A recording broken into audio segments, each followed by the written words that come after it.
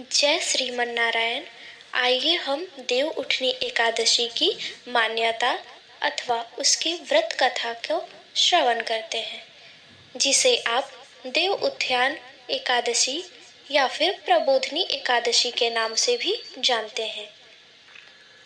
नारद जी ने ब्रह्मा जी से कहा कि कार्तिक शुक्ल पक्ष में कौन सी एकादशी आती है जिसमें भगवान गोविंद को जगाते हैं।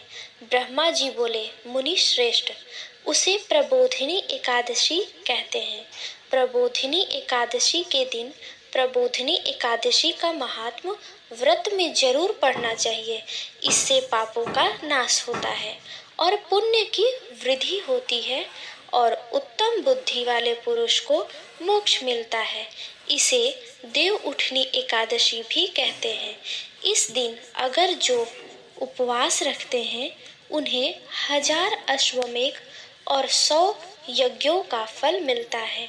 तब ब्रह्मा जी बोले, जो भी मनुष्य भक्ति पूर्वक उपवास करता है, हरि बोधिनी एकादशी उसे ऐश्वर्य, संपत्ति, उत्तम बुद्धि, राज्य और शुद्ध देती है। आपने जो भी बड़े बड़े पाप पहले के हजारों जन्मों में किए हैं, उन सबको यह एकादशी खत्म कर देती है। जो लोग इस एकादशी का मन से ध्यान करते हैं तथा जो इसके व्रत का अनुष्ठान करते हैं, उनके पितर नरक के दुखों से छुटकारा पाकर मोक्ष प्राप्त करते हैं। आप संपूर्ण तीर्थों में नहाकर और पृथ्वी दान करके जो फल पाते हैं, वो सिर्फ एकादशी के दिन श्री हरि के जागरण करने से मिल जाता है। जैसे मनुष्यों के लिए मृत्यु अनिवार्य है, उसी प्रकार धन संपत्ति ऐसा समझकर एकादशी का व्रत करना चाहिए।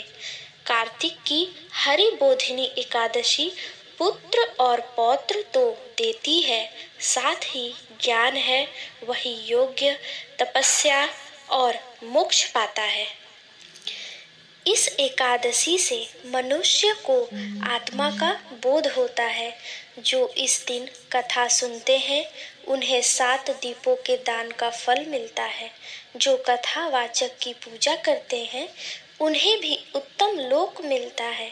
कार्तिक मास में जो तुलसी से भगवान की पूजा करते हैं, वो 10,000 जन्मों के पाप को क्षमा करा लेते हैं। जो कार्तिक में वृंदा का दर्शन करते हैं, वो 1000 युग तक वैकुंठ में निवास करते हैं। जो तुलसी की जड़ में जल डालते हैं, वो निसंतान नहीं रहते, उनका वंश फलता फूलता है। जिस घर में तुलसी होती है वहाँ सर्प नहीं आते। जो तुलसी के पास श्रद्धा से दीप जलाते हैं, वो उनके हृदय में दिव्य चक्षु का प्रकाश होता है। जो शालिग्राम को चरणोदीक में तुलसी मिलाकर पीते हैं, वो अकाल मृत्यु को नहीं पाते। उनकी व्याधियां नष्ट हो जाती हैं, उनका पुनर्जन्म नहीं होता। जो चतुर्मास में मौन धारण करते हैं, उन्हें सोने और तिल का दान करना चाहिए। जो कार्तिक मास में नमक का त्याग करते हैं, उन्हें शक्कर का दान करना चाहिए। एकादशी से पूर्णिमा तक दीपक जलाने से महापुण्य मिलता है। इस दिन नदी के तट पर दीप जलाने चाहिए। इस एकादशी पर यह महात्म्य सुनने से अनेक गोदान के बराबर फल मिलता है। आइए इस संदर्भ में एक पौराणिक कथा का श्रवण करें। एक राजा के राज्य में सभी लोग एकादशी का व्रत रखते थे।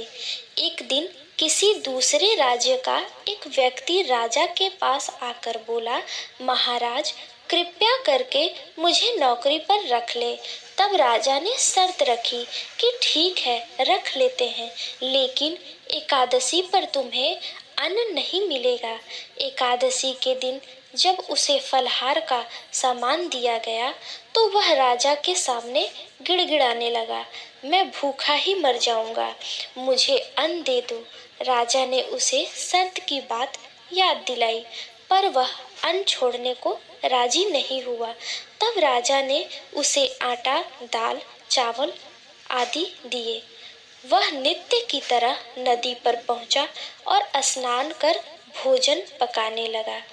जब भोजन बन गया तो वह भगवान को बुलाने लगा। बोला, भोजन तैयार है। उसके बुलाने पर पीतांबर धारण किए भगवान चतुर्भुज रूप में आ पहुँचे और प्रेम से उसके साथ भोजन करने लगे। भोजन करके भगवान अंतर्ध्यान हो गए और वह अपने काम पर चला गया। 15 दिन बाद अगली एकादशी को वह राजा से कहने लगा कि महाराज, मुझे 2 गुना सामान दीजिए। उस दिन तो मैं भूखा ही रह गया। राजा ने कारण पूछा तो उसने बताया कि हमारे साथ भगवान भी खाते हैं, इसलिए हम दोनों के लिए ये सामान पूरा नहीं होता। यह सुनकर राजा को बड़ा आश्चर्य हुआ। वह बोला, मैं नहीं मान सकता कि भगवान तुम्हारे साथ खाते हैं। मैं तो इतना व्रत रखता हूँ, पूजा करता हूँ, पर भगवान ने मुझे कभी दर्शन नहीं दिए। राजा की बात सुनकर वह बोला, महाराज, यदि विश्वास न हो तो साथ चलकर देख लें। राजा एक पेड़ के पीछे छिपकर बैठ गया। उस व्यक्ति ने हर रोज की तरह भोजन बनाया और भगवान को शाम तक पुकारता रहा, फिर भी भगवान न आए। अंत में उसने कहा, हे भगवान, यदि आप नहीं आए तो मैं नदी में कूदकर प्राण त्याग दूंगा। फिर भी भगवान नहीं आए। तब वह प्राण त्यागने के उद्देश्य से नदी की तरफ बढ़ा।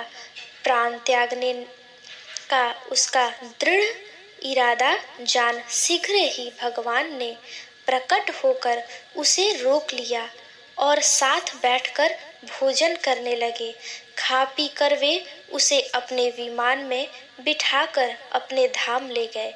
यह देख राजा ने सोचा कि व्रत उपवास से तब तक कोई फायदा नहीं होता जब तक मन शुद्ध ना हो। इससे राजा को ज्ञान मिला। वह भी मन से व्रत और उपवास करने लगा और अंत में स्वर्ग को प्राप्त हुआ। जय श्रीमन।